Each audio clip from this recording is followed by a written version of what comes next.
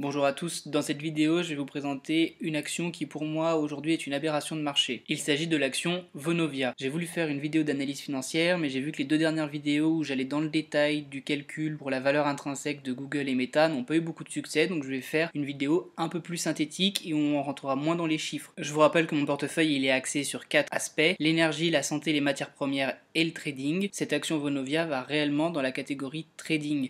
En effet, je compte la garder maximum 2 ans. Nous verrons plus tard à combien je valorise l'entreprise, mais c'est pas une action qui a pour but de rester dans mon portefeuille. Comme d'habitude, une petite mise en garde, je ne suis pas un conseiller financier, vous êtes responsable de vos investissements. Alors Vonovia, qu'est-ce que c'est? Vonovia, c'est la principale entreprise immobilière résidentielle en Allemagne. Elle possède et gère environ 550 000 logements, principalement en Allemagne, mais elle a aussi quelques appartements en Autriche et en Suède. La majorité de ses revenus locatifs, ça vient de la détention d'appartements résidentiels et des loyers qui sont versés, mais elle possède aussi d'autres segments. Dans ces segments, on peut noter le développement immobilier, les ventes récurrentes, donc les cessions d'appartements non stratégiques. Il faut savoir que dans leur dernier rapport annuel, lorsqu'ils vendent un appartement, parce qu'ils construisent un immeuble et qu'ils vendent un appartement, ils se retrouvent parfois avec des plus-values. Et enfin, il y a d'autres services, à tout ce qui va être par exemple des métiers d'artisanat. Pour avoir une vision globale en termes de revenus, il faut se rendre compte qu'à peu près la moitié des revenus de Vonovia viennent des loyers et l'autre moitié vient de toutes les autres activités. Et en termes de répartition géographique, 80% vient d'Allemagne et le reste de Suède et d'Autriche. Alors il faut avoir en tête que le cours de l'action s'est effondré ces derniers mois. J'ai identifié 3 facteurs. Tout d'abord, la remontée des taux fait qu'il y a un taux d'actualisation qui est plus important quand on fait une évaluation financière de l'entreprise, et donc les cash flows futurs qui sont les loyers sont actualisés à un taux plus important et ont donc moins de valeur. Ensuite, il y a le coût de la dette qui remonte parce que effectivement c'est une entreprise qui est fortement endettée. Et enfin, le dernier point, c'est comme on est sur de l'immobilier résidentiel et que certains anticipent une chute ou du moins une baisse prononcée de l'immobilier, lorsque Vonovia va être amenée à vendre ses appartements, elle risque de les vendre avec une décote. Maintenant, on va s'intéresser à la stratégie de Vonovia. C'est une entreprise qui lève de la dette pour acquérir des biens. C'est une stratégie qui a été faite depuis des années et ils ont énormément fait grandir leur parc. Et à chaque fois qu'ils font une acquisition, souvent d'une entreprise plus petite, ils revendent au bout d'un certain temps les immeubles et là ils se sont concentrés sur les grosses agglomérations en Allemagne. Cette stratégie de croissance grâce à de la dette fonctionnait dans un univers de taux bas. En effet, quand vous levez de la dette entre 0 et 2% et que vous avez une rentabilité entre 3 et 5%, il n'y a pas de problème. A priori, ce que les investisseurs jouent, c'est le fait que l'entreprise va être en difficulté vis-à-vis de sa dette. Il faut quand même avoir en tête que Vonovia est l'une des plus grosses entreprises d'immobilier résidentiel. Pour vous donner un ordre de grandeur, voilà quand vous allez sur Seeking Alpha les graphiques que vous pouvez trouver. Vous avez le nombre d'appartements et la valeur en euros et vous voyez que Vonovia à elle seule est plus grande que l'ensemble de ses 6 autres concurrents réunis. Maintenant qu'on a vu de manière assez rapide le business de l'entreprise, sa taille et les secteurs sur lesquels elle opère, on va maintenant s'intéresser aux ratios financiers. On voit sur ce graphique que les dernières estimations de l'entreprise nous donnent un free cash flow après paiement du dividende de 2,8 milliards d'euros. Maintenant on va s'intéresser à la dette de l'entreprise parce que c'est ce qui fait peur aux investisseurs. Si on regarde sur les 2 prochaines années, on a la partie bancaire et la partie obligation. Ils se sont déjà engagés à rouler leur dette bancaire et à rembourser la partie obligation. Pour ce qui est de la dette bancaire, c'est donc cette nouvelle émission qui va avoir le nouveau taux d'intérêt qui en ce moment est relativement élevé. Il n'y a donc pas de réel enjeu là-dessus si ce n'est la charge des intérêts par rapport au remboursement de la dette. Et quand on s'intéresse à la partie obligation, il faut garder en tête que ce document il ne va que jusqu'à la fin du 3e trimestre 2022 et que entre temps, en novembre, Vonovia a réussi à lever 1,5 milliard d'euros.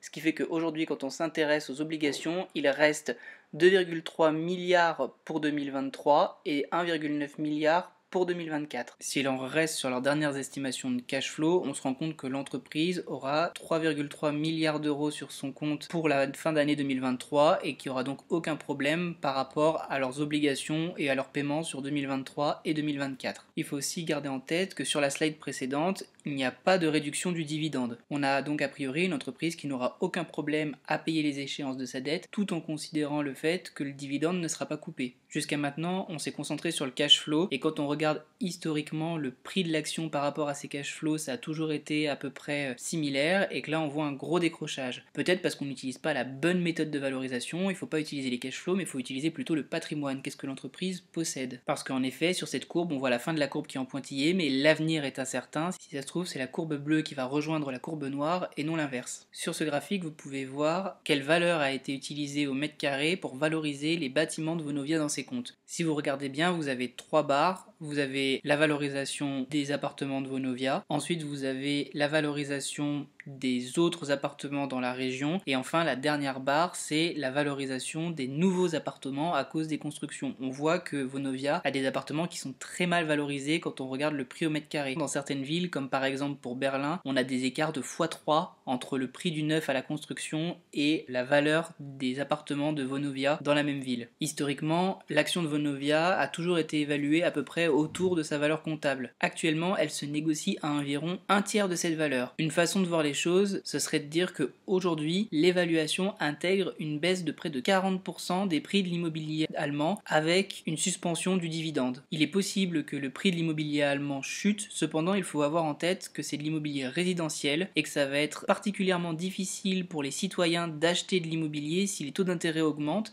ce qui fait qu'il y aura moins de concurrence et que ce sera plus facile pour des entreprises comme Vonovia de se positionner sur le marché de l'immobilier. Maintenant, on peut aussi se dire que c'est l'ensemble du secteur immobilier qui va souffrir, le secteur immobilier privé, le secteur immobilier coté et toutes les entreprises qui sont du secteur. Donc si on regarde cette fois-ci les comparables, on voit que historiquement, Vonovia a toujours surperformé les indices de référence et que en ce moment, elle sous-performe très largement ces indices de référence. Et si on s'intéresse cette fois-ci à l'immobilier privé, où les variations se font plus lentement parce que les transactions prennent plusieurs semaines voire plusieurs mois, on se rend compte que là aussi on a un écart de valorisation où on est sur le niveau des années 2000 voire 2008. Si je reviens sur la slide précédente et que je fais une division rapide, cela veut dire qu'en moyenne un appartement chez Vonovia est valorisé 170 000 € pour 63 mètres carrés. Si on prend en compte un prix d'action aux alentours de 20 €, ce qui est à peu près le cas aujourd'hui, ça veut dire que vous achetez aujourd'hui un appartement de 63 mètres carrés dans une grande ville allemande pour 43 000 €. Même si le marché allemand est amené à souffrir, allez voir sur les sites internet et je vous mets au défi de trouver un appartement de 63 mètres carrés dans une grande ville allemande à ce prix-là. La manière dont je vois cette entreprise actuellement, c'est qu'elle se comporte un petit peu comme une obligation, c'est-à-dire qu'aujourd'hui j'ai un coupon de 7% qui à mon avis ne sera pas suspendu